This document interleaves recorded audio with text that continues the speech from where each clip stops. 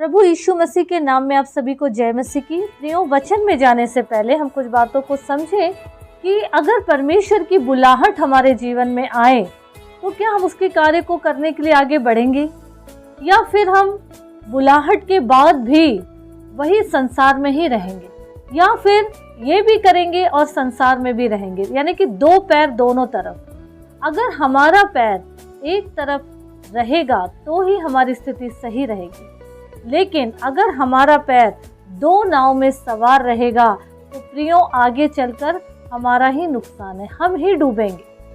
इसीलिए वचन के अनुसार अगर हम देखें कि प्रभु यीशु मसीह ने जब अपने चेलों को कार्यभार सौंपे तो उस समय उनसे क्या कहा था, आइए हम वचन के माध्यम से सीखें। लूका रचित सुसमाचार उसका 9 अध्याय अगर हम पहले पद से देखेंगे तो उसमें क्या लिखा है। फिर उसने 12 को, किसने, प्रभु यीशु मसीह ने उन चेलों को बुलाकर उन्हें सब दुष्ट आत्माओं और बीमारियों को दूर करने की सामर्थ और अधिकार दिया और उन्हें परमेश्वर के राज का प्रचार करने और बीमारों को अच्छा करने के लिए भेजा। अब समझने की बात यहाँ ये है, तीसरे पद में उसने उन्हें क्या कहा कि मार्ग के लिए कुछ ना लेना, ना तो लाठी, ना झोली, ना रोटी, ना रुपए, ना 2-2 कुर्ते। आज अगर हम देखें कहीं जाना है तो हम हर एक चीज़ों की तैयारी कर लेते, करना है, लेकिन हमें ये समझना है कि पूरी तरीके से उसी में फोकस नहीं करना है। सिर्फ खाना, पहनना, रहना, इसी के लिए हमको नहीं जीना है, क्योंकि आगे वचन लिखा है, जिस किसी घर में तुम उतरो वहीं रहो और वहीं से विदा हो। अगर हम प्रभु के कार्य के लिए आगे बढ़ रहे हैं और परमेश्वर ने हमें जितना काम सौंपा है, जिन जिन लोगों को सौंपा है, जो बोल रहे हैं, हमें उतना ही सुनना है, अपने मन का नहीं चलाना है। ये भी रख लो, वो भी खा लो, यहाँ चलो, उसके घर में भी चलो, उसके। तो ये वचन के हिसाब से जो घर घर फिरता है उसके लिए एक वर्ड है छिछोरापन। हम जितने घर में घुसेंगे वहाँ 10 बातें होंगी। हो सकता है प्रभु का कार्य में भी बाधा उत्पन्न हो जाए। आगे वचन क्या कहता है, जो कोई तुम्हें ग्रहण ना करे।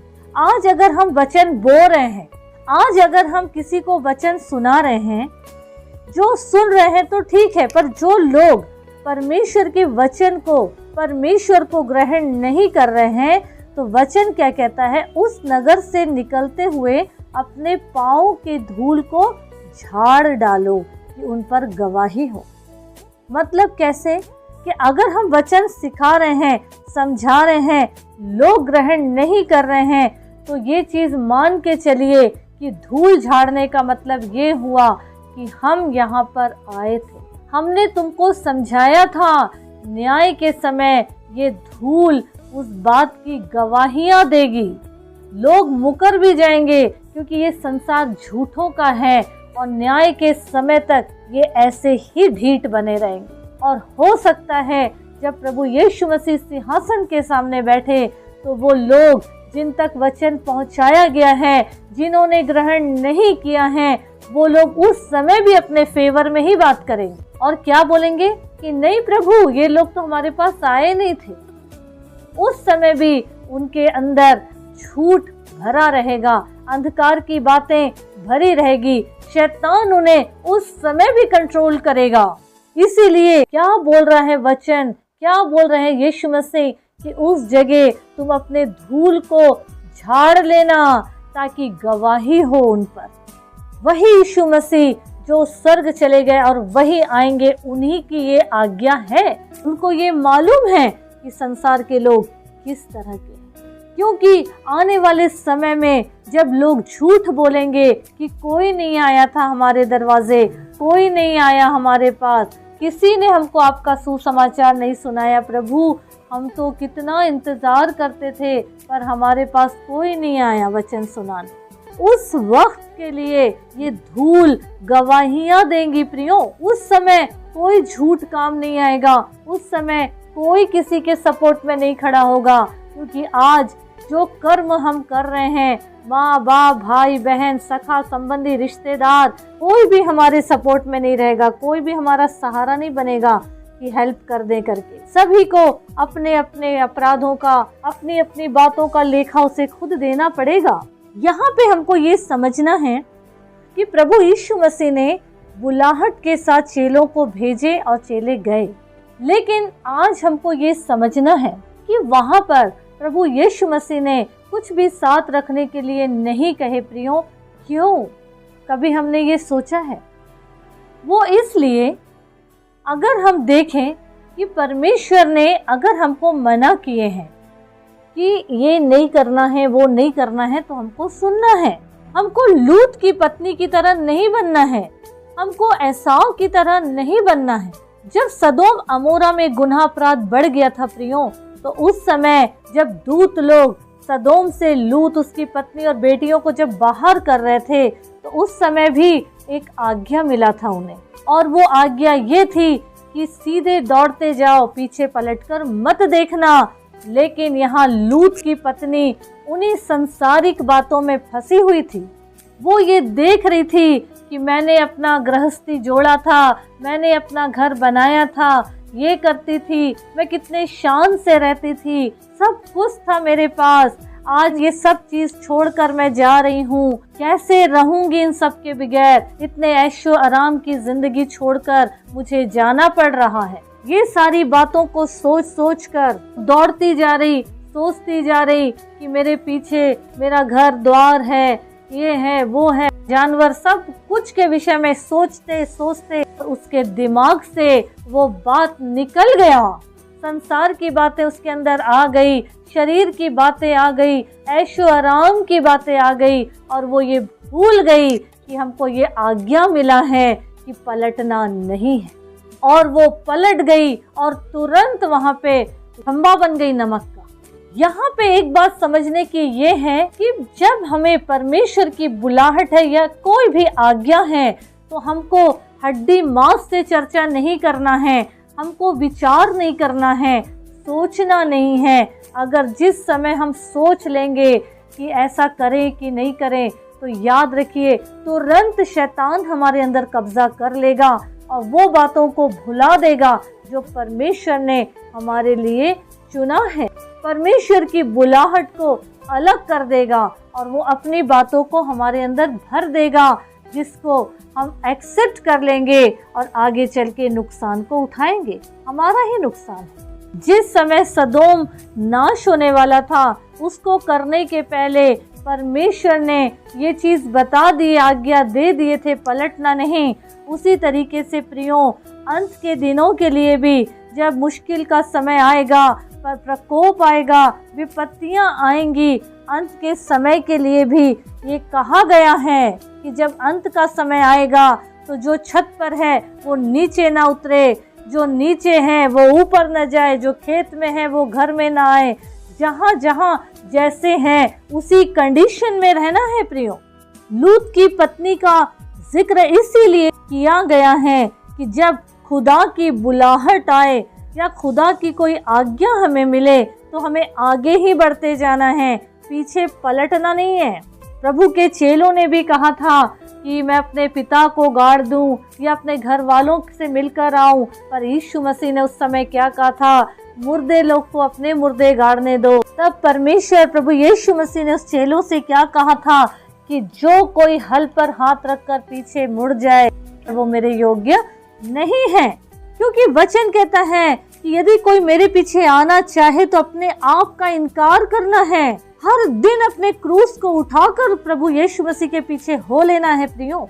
लूत की पत्नी का इसीलिए जिक्र है कि वो डावाडोल स्थिति में थी और नुकसान उसी का हुआ।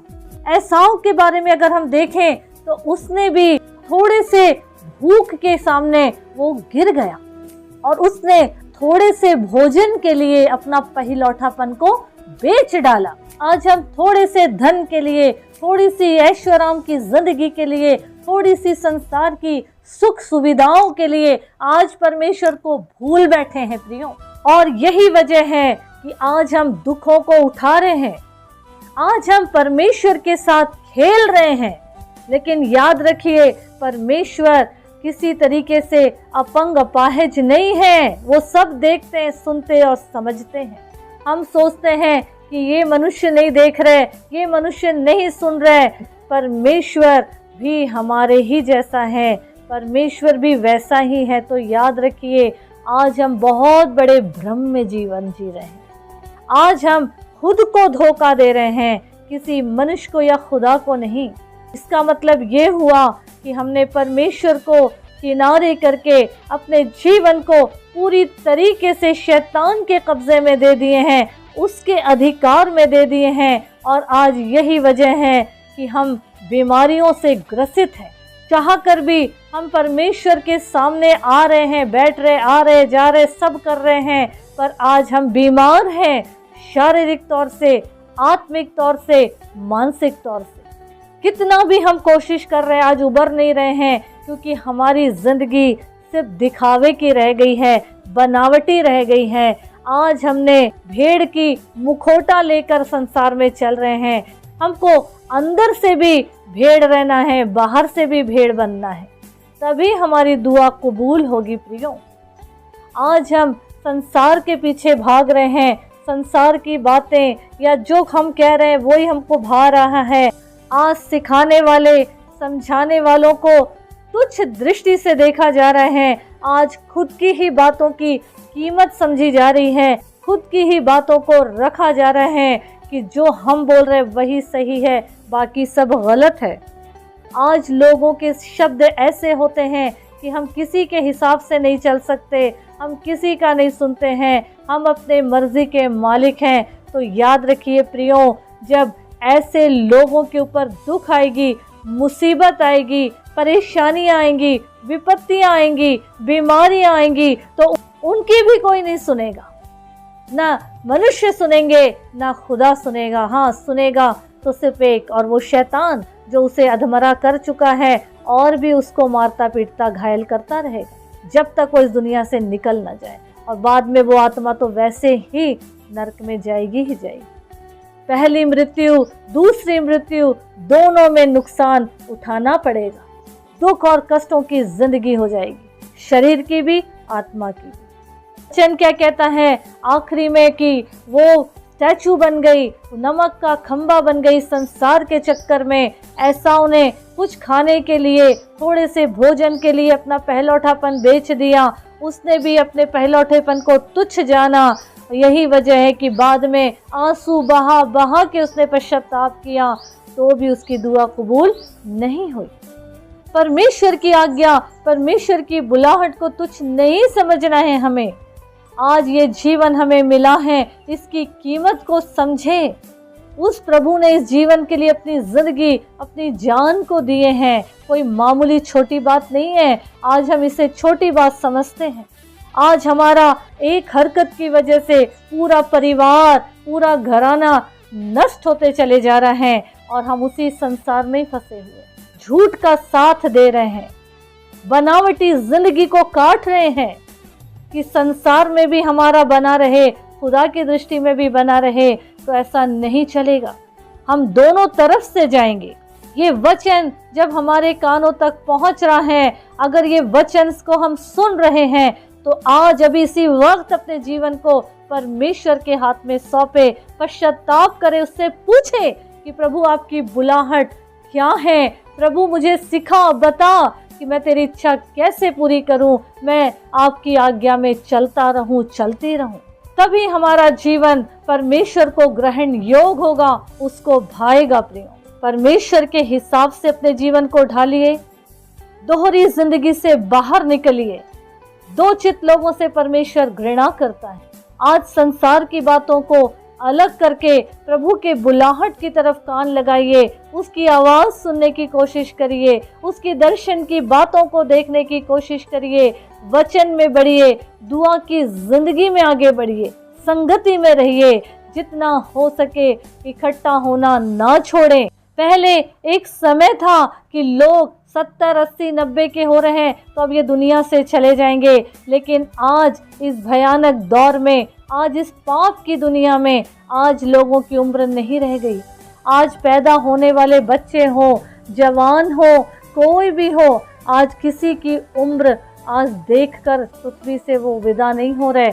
आज मौत उनके ऊपर छाई हुई है। आज जवान बच्चे एक के पीछे एक जाते जा रहे हैं। आज हमने इस दिल में, इस संसार में रहते हुए परमेश्वर को अलग करके मनुष्य को जगह दे दिए, संसार के ऐशो आराम लालच को जगह दे दिए हैं और आज हम दुख उठाते चले जा रहे हैं। इसीलिए हमें समझना है प्रियो, और आज परखना है अपनी जिंदगी को, ताकि हमारे जीवन से परमेश्वर की महिमा हो, उसकी बुलाहट में आगे बढ़िए प्रियो। आज अभी इसी वक्त अपने जीवन को परमेश्वर के हाथ में सौंपकर, अपने जीवन को उसकी आज्ञा में ढालकर कानों को प्रभु की आवाज़ की ओर लगाते जाइए और आगे बढ़ते जाइए, ताकि हमारा ये जीवन तुच्छ ना समझा जाए। जीते जी भी और मर जाने के बाद प्रभु में आगे बढ़िए, प्रभु के कार्य को आगे फैलाइए और प्रभु के राज की महिमा का वजह बनते चले जाइए, ताकि हमारे जीवन से कई जीवन बचते चले जाएं और प्रभु की महिमा के योग्य बनते चले जाएं। प्रभु यीशु मसीह इस वचन के द्वारा हम सबों को आशीषित करें। आमीन आमीन।